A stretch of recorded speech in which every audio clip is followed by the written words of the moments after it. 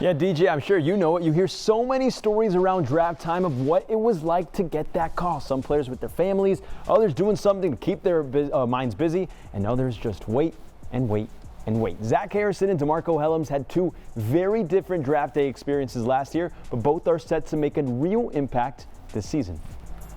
Oh, it's up there for sure. It's up there. It's up there. For every player that hears their name called this weekend, it's a lifelong dream coming true. Zach Harrison. What were your emotions going into the draft that day? Were you excited, nervous, anxious? All of the above. It's kind of even hard to remember what I was feeling before it happened because it's all kind of like a blur. Each player who's gotten that phone call has had their own unique, euphoric experience. For Falcons defensive end Zach Harrison, the 2023 third-round pick was surrounded by friends and family playing Uno. We were watching the draft together on the second day, and I was like, all right, I'm done watching this. So it was just on the TV in the background, and we had got a little game of Uno going on. You know, playing Uno, got some drinks or whatever. We just all hanging out, family, friends. And when Zach gets the call, the game of Uno stops and the emotions take over. You imagine what the emotions are gonna feel like, what they're gonna be like, but you really don't know. Like, I was like, I might cry, who knows? But I was just like, I'm just so happy that like I'm drafted. I can finally just go play football. But there are some that don't share that same sentiment. Honestly, it's anger. Like, it's honestly anger. Like, Falcons 2023 7th-round pick DeMarcco Hellams remembers name after name being taken well into Saturday, so much so he turned the draft off.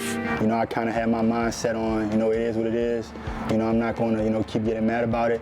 Wherever I end up at, I'm just going to make sure that the other 31 teams, they're going to pay for it. The former Alabama safety and captain, who flourished in his first year with the Falcons, was grateful when the call finally did come, but remembers that feeling he felt waiting every time he plays. I went back to the draft profile because I wanted to see, and they rated you a 5.8, which basically was like an average backup or special teams guy. That's what they said that you'd equate to.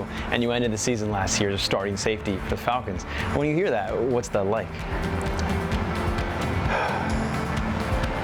For me, it's simple. Like, it's not a lot of things that can get me mad. Like, I really take a lot of things on the chin. Like, Coach Saban would tell us, so what, now what? Like, so what, you're a 7th-round pick.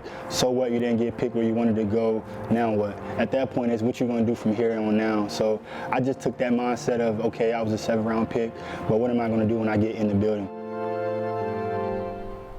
Draft weekend, always a special time. So many dreams coming true, and DeMarco's story is such a good reminder as we watch this weekend. Regardless of all the gradings and the rankings we're going to see, none of it really matters until they get the chance to get on the field and show us what they got. Guys,